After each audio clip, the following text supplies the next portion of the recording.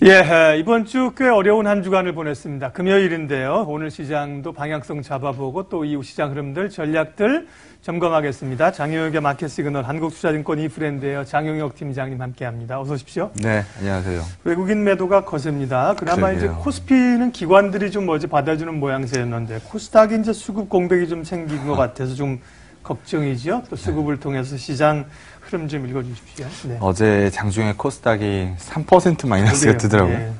그때 하락 종목 개수가 거의 1000개 나왔거든요. 그래서 어려웠던 어제 시장을 보내셨을 거고, 가만 생각해 보시면 이번 주 내내 쉽지 않은 한 주였을 거고, 제가 지난주 방송서부터 변동성이 커졌어요. 양시장 모두 변동성이 커졌어요라는 부분과 함께 삼성전자를 제끼고 나면 다음이 뭐가 될지에 대해서 고민을 합니다라는 부분을 말씀 꺼냈던 게 지난주서부터 움직임이었는데, 결국 지난주 이번 주 2주간 해서 시장에 낙폭도 좀 생겼고요, 고민도 좀 많이 늘었고, 맘 편하게 주식 항상 할 수는 없잖아요. 네, 한동안 맘 편하게 굴러왔었다라고 한다면 지난 2주간 동안은 좀 고민이 좀 커졌던 시간이다라고 보시면 됩니다.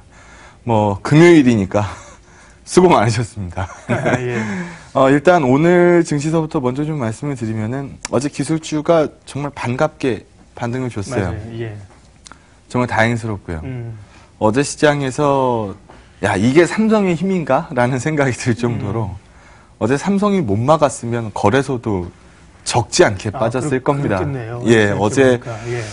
거래소 상승수도 어마무시했었기 때문에 어제 삼성이 못 막았으면 꽤 빠졌겠죠. 전자 어제 한 1% 반등. 네. 그래서 오늘 시장 출발하기 전에 이제 쳐다보는 시각은, 그래, 그러면 미 기술주도 올랐고 22일까지 상하원 절충안이 나올 것 같다라고 하니 그 기대값들이 좀 남아 있는 것 같고, 지금 세제 개편한 법인세 내년서부터 인하해 달라는 이 부분에 가장 혜택 큰 거는 기술주하고 바이오테크 이쪽이거든요. R&D 비중이 컸었던, 실효세율이 낮았던 쪽들. 그래서 이쪽에 추가적으로 바람이 좀 불어 갈 수 있을지 시장이 좀 고민을 하면서 보고 있었고, 위험 선호도 측면에서 봤을 때 우리가 부인할 수 없는 건 위험 선호도가 그 이전에 비해서 좀 떨어졌잖아요. 그냥 위험 선호도가 뭔데? 라고 생각하시는 분들은 이렇게 한번 받아들여 보시면 좋을 것 같아요. 예전에는 빠지면 살게, 계속 올라가는 시장인데 밀리면 사면 되지 라고 생각했었던 시장 분위기는 위험 선호도가 살아있는 시장이죠. 근데 요즘은 좀 빠지기 시작하니까 빠지면 살게 라고 얘기하시는 분들보다 이거 받아도 돼요? 라고 얘기하는 분들이 더 많으셨을 거고, 이거 잘못 받으면 빠지는 거 아닙니까? 라는 우려감들이 많이 높아진 상황이기 때문에 과거에 비해서 위험 선호도가 떨어졌다? 이렇게 표현해 드릴 수 있을 것 같아요. 근데 이런 국면이 오게 되면 항상 빠지지 않고 나오는 얘기들이 있어요. 저도 증권쟁이다 보니까 시장을 설명해야 되고, 그러다 보니까 이 논리를 무시할 수는 없는데요. 이거 한번 보시면 CAP 모형이라고, 그러니까 경기 조정 PER 값으로 생각하시면 돼요. 이걸로 노벨 경제학상을 받았어요. 그러니까 무시할 만한 이론은 아닙니다. 쉽게 말씀드리면 이거예요. PER 값은 뭐예요? 주가를 EPS로 나눠가지고 몇 배에 거래되고 있다라는 걸 설명하는 거잖아요. 그래서 우리가 이 배수가 높으면 주식이 비싸졌네요 라고 얘기하고, 이 배수가 떨어지면 주식이 쌉니다 라고 얘기를 해요.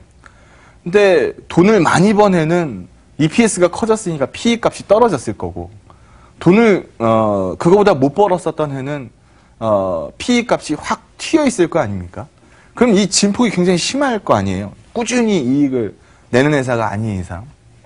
이걸 조정한 거예요. 10년간의 주당 순이익으로 나눈 겁니다. 그렇게 되면 아무래도 진폭이 줄겠죠. 거기다가 경기를 반영한 할인값을 써서 물가로 할인을 합니다.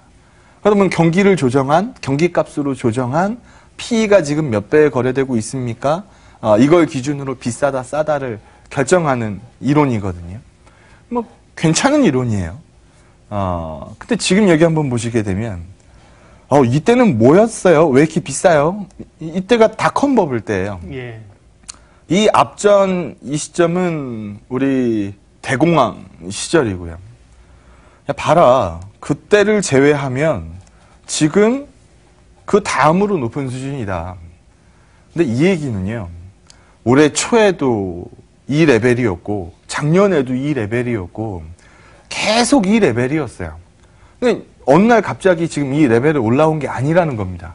근데 올라오는 시장일 때는 이런 얘기 아무도 안 하죠. 근데 최근에 이제 시장이 좀 흔들리니까 이런 얘기들 하는 거예요. 뭐 비싸지 않느냐, 뭐 내년에도 이렇게 계속 비싸질 수 있느냐. 예. 뭐 거기다 대고 이제 뭐 힘 있는 쪽들에서는 뭐 뱅가드 같은 경우에도 야 우리가 매년 이제 다음해 조정 가능성을 계산을 하는데 60년 내 최고치다. 내년 조정 환율은 70%다. 뭐 메릴린치 같은 경우에도 10% 조정 나올 수 있다. 뭐 최근에 미증시 탄성이 좀 줄어드니까 이런 얘기들이 나오죠. 근데 이 얘기하고 또 세트로 같이 나오는 것들이 있어요. 변동성이 커지지 않았느냐. 빅스 값이 올랐다. 빅스가 바닥으로 떨어져 있었는데 오르지 않았느냐. 우리 시장에는 V코스피로 설명을 하죠. 여기 보시는 것처럼 과거에 비해서 진폭도 커졌고요. 그리고 빈도도 굉장히 가까워졌죠. 이 변동성 고저가 폭들의 변동성 폭들이 굉장히 빈도가 빈번해졌어요. 이제 미증시 픽스가 아니라 우리 V코스피 계산하시면 예. 됩니다. 그래서 이런 부분들을 쳐다보다 보니까 예. 이거 시장이 좀 힘에 부처 하나 뭐 이런 얘기들 나오고 있는 상황이에요. 그래서 근데 이것 때문에 시장이 부러진다? 그렇게 읽어서는 절대 안 됩니다. 이거는 그러게요. 과거에도 그랬고 지난달에도 그랬고 이번 주도 그랬고 아마 다음 주도 그럴 거예요. 그래서 이걸 가지고 시장을 설명할 수는 없어요. 예. 탄성이 떨어지다 보니까 이런 얘기 많이 나오는데 그냥 이런 거구나 보고 지나가시면 될 것 같고요. 어제 또 코스닥이 빠지다 보니까 다 핑계를 이쪽에다 대요. 야 코스닥 활성화 대책이 연기된대. 내년 1월에 발표가 된대. 예. 이거 보면서 이제 코스닥 시장 빠지니까 이유를 찾는 거죠. 솔직히 말씀드리면 어제 코스닥 시장 그렇게 밀렸던 거는 바이오 주식들이 죽어 나자빠졌기 때문에 어제 빠진 거지. 이 내용은 아니라고 보여지거든요. 뭐 국민연금이 10% 이거 국민연금에서 거부했잖아요. 예, 아니다. 결정된 바 없다라고 이미 얘기를 한 상황이기 때문에 뭐 이 벤처 기업들의 뭐 세제 뭐 프라핏 뭐 이런 부분들 사실 코스닥 시장이 직접적 영향은 아니거든요. 근데 어쨌든 선제적으로 들어갔던 기관들 자금이 좀 빠지고 그런 게 결국 수급에 영향을 미치는 거 아닌가요? 그럴 수는 있어요. 예. 그럴 수는 있지만 저도 방송에서 예. 코스닥 활성화 대책 얘기할 때 이 얘기 안 했죠. 예. KIX 250 얘기했잖아요. 그렇죠. 그래서 예. 그게 연기된다라고는 얘기 나오지 않았거든요. 그래서 어제는 뭐 이 뉴스 때문에 코스닥이 빠졌어요. 이거는 그냥 밀리니까 나온 핑계에 불과하다라고 보시면 될 것 같고요. 이 KRX 250을 이제 발표를 하고 이게 먹히냐 안 먹히냐 그때서부터 이제 좀 본 게임 성격이라고 봅니다. 이 먹히는지 안 먹히는지 어떻게 알아요? 라는 것들을 좀 기준을 좀 제시를 해드리면 일단 여기를 추종하는 ETF가 좀 설정이 좀 나와야 될 것 같고요. 이거를 추종하는 펀드들이 좀 굵직한 운용사들, 뭐 한투운용이나 예. 한투 얘기 제일 먼저 해야죠. 한투운용이나 미래나 뭐 이런 쪽에서 펀드가 설정이 이게 된다라는. 구조적으로 좀 가야죠. 네, 그럼요. 예. 바이오 뭐 조금 올랐다 밀리고 이러면 안 되고요. 그러니까요. 예. 그리고 뭐 예를 들어 연기금에서 예. 우리 이제까지 코스피 200 썼는데 벤치마크로 KRX 250으로 바꾸겠다. 근데 이거는 하루아침에 발표 안 나오거든요. 예. 굉장히 긴 얘기라 일단 이거를 추종하는 시장값들이 생성되는지 여부를 좀 판단해 보셔야 될 것 같습니다. 그래서 시장 탄성 떨어졌으니까 요즘 나오는 얘기들이고 네. 탄성 떨어진 거, 그러니까 쉼표와 마취표는 분명히 다르거든요. 그래서 그 부분 좀 고민되는 시장입니다만 예. 그 부분은 좀 반영을 해야 될 것 같다라고 말씀드립니다. 새 인덱스를 만들면 뭐 연기금은 쓰도록 의무해야죠. 근데 그 그래야 의무라는 게 나중에 또 문제가 될 수 있고. 그러니까요. 네, 그래서 맞아요. 좀 자발적으로 따라오는 모습이 보여야 되니까요. 저는 어제 코스피가 코스닥이 2% 가까이 밀리면서 753으로 끝났거든요. 근데 대단히 죄송한 얘기지만 750이 굉장히 눈에 익숙하더라고요. 마음이 편해요. 만약 이제 그 지수대 우리가 많이 묶여 있는 거죠. 그러니까, 800에 대한 그 새로운 자릿수를 바꾸고 가는 게 아직 좀 편하지 않은 거예요. 마음이. 그러니까 위험선호도 아까 전에 말씀드렸던 것처럼 아직은 이거 그러게요. 아직은 받아볼까?라는 거는 아직 위험선호가 살아있다라는 거예요. 그래서 끝났다라고 읽지 마시고 그냥 탄성이 떨어졌고 좀 이따 말미에 제가 말씀드릴 건데 들어가는 타이밍을 고민하는 시장으로 보시면 될 것 같습니다. 그러니까요. 지금 뭐 대세 상승이 뭐 꺾였다, 내년 안 좋다, 이제 뭐 어렵다, 뭐 이런 얘기는 지금으로 봐서는 약간 좀 노이즈로 보는 게 맞을 것 같고요. 시장이 어려워진 거지 끝난 맞아요. 게 아니니까요. 그러게요. 네. 자, 수급상 다음 주 목요일이 이제 12월 동시만기일입니다. 이런 영향권들을 이제 오늘 금요일이고 다음 주 초반부터는 좀 받을 수 있겠습니다. 예.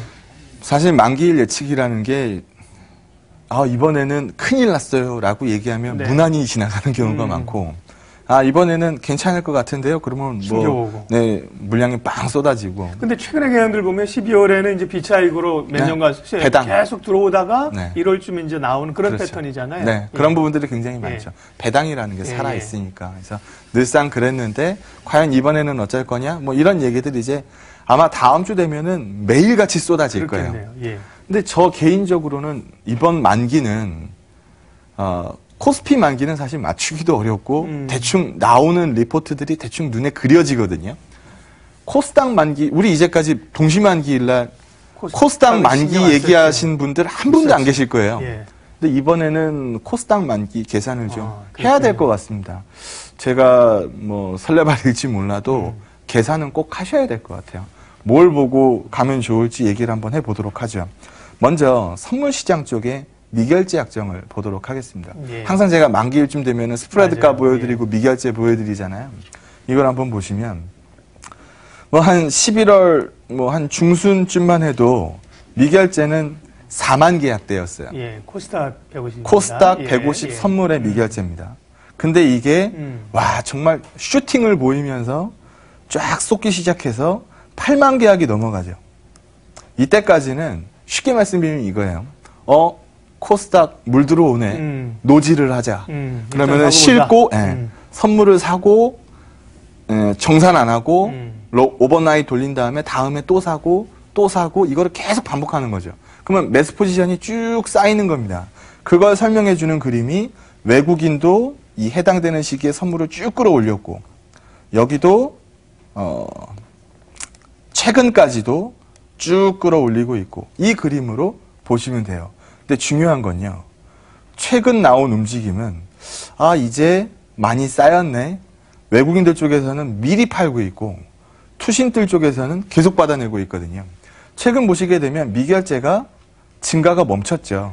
오히려 가끔 떨어지는 날들이 많이 나오기 시작했어요. 이 얘기는 미결제 사이에서 지금 충돌이 나오고 있다는 얘기입니다. 그러면 지금은 투신이 이렇게 받고 있으니까 상관없어요. 근데 만약에 이 투신이 동시만기일 날 정산에 들어간다면 그러니까 롤오버를 태우지 않고 정산을 때려버린다라고 하면 그만큼의 바스켓 수요가 떨어지게 될 테니까 이건 매물으로 시장에 나오게 됩니다. 그래서 이 그림으로 가는 상황이면 3천억 정도 얘기를 하더라고요. 코스피에도 3천억 쏟아지면 충격이 와요. 코스닥에 3천억이면 작지 않죠. 그래서 이런 부분들은 다음 주 증시에서 좀 면밀히 봐야 될 것 같고요.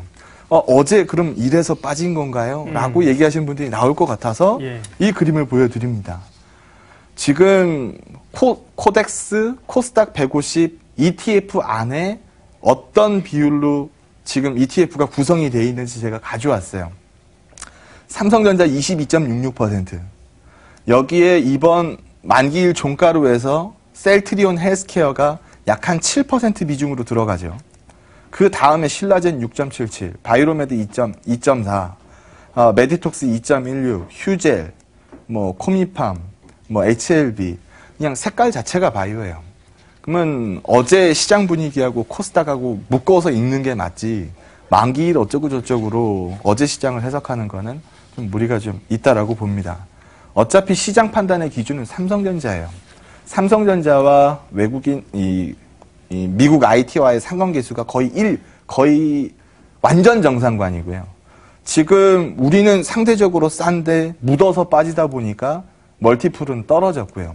지금 추가적으로 흔들릴까봐 겁을 먹은 시장인 게 맞고, 올라서는 타이밍, 반전을 보이는 타이밍에 언제든지 다시 살 수 있는 주식. 이건 잡주가 아니잖아요. 삼성전자의 좋은 점은 언제든지 다시 살 수 있다는 점입니다. 좀 세력주들을 만질 때 투자자들이 제일 무서워하는 게 뭔지 아십니까? 글쎄요. 내가 팔고 오르는 걸 제일 걱정해요. 삼성전자는 그러지 않아요. 예. 언제든지 살 수 있거든요. 그래서 다시 시장에 대해서 위험 선호도를 높이는 시점이 예. 언제 될 거냐, 이 부분을 쳐다보는 증시다라고 보시면 될 것 같습니다. 예, 삼성전자와 그 브라더스 네 종목을 편출을 지금 포트폴리오에서 지금 해놓은 상태인데요. 변화를 좀 봐야겠네요. 향후 보면서 포트폴리오도 좀 고민을 좀 해봐야 될 것 같습니다. 예, 시간이 가서 오늘 전략 한마디 정리하겠습니다. 뭐 차트로 보면서 그냥 예. 얘기를 하죠. 그냥 여기 제가 화살표를 표시를 해놨어요. 주식은 언제 사느냐? 빠질 때 산다? 이거는 쉽지 않은 결정입니다. 예. 더 빠질 수도 있어요. 주식은 지지고 볶다가 튀는 구간, 지지고 볶다가 올라오는 구간에서 사신다라고 생각하시는 게 승률이 훨씬 높습니다. 그 타이밍을 기다린다라고 보시는 게 좋을 것 같습니다. 예, 한마디로 현재 상황과 전략을 압축해 주셨네요. 장효혁의 마켓 시그널 한국투자증권 장효혁 팀장님 함께 했습니다. 고맙습니다. 네, 고맙습니다.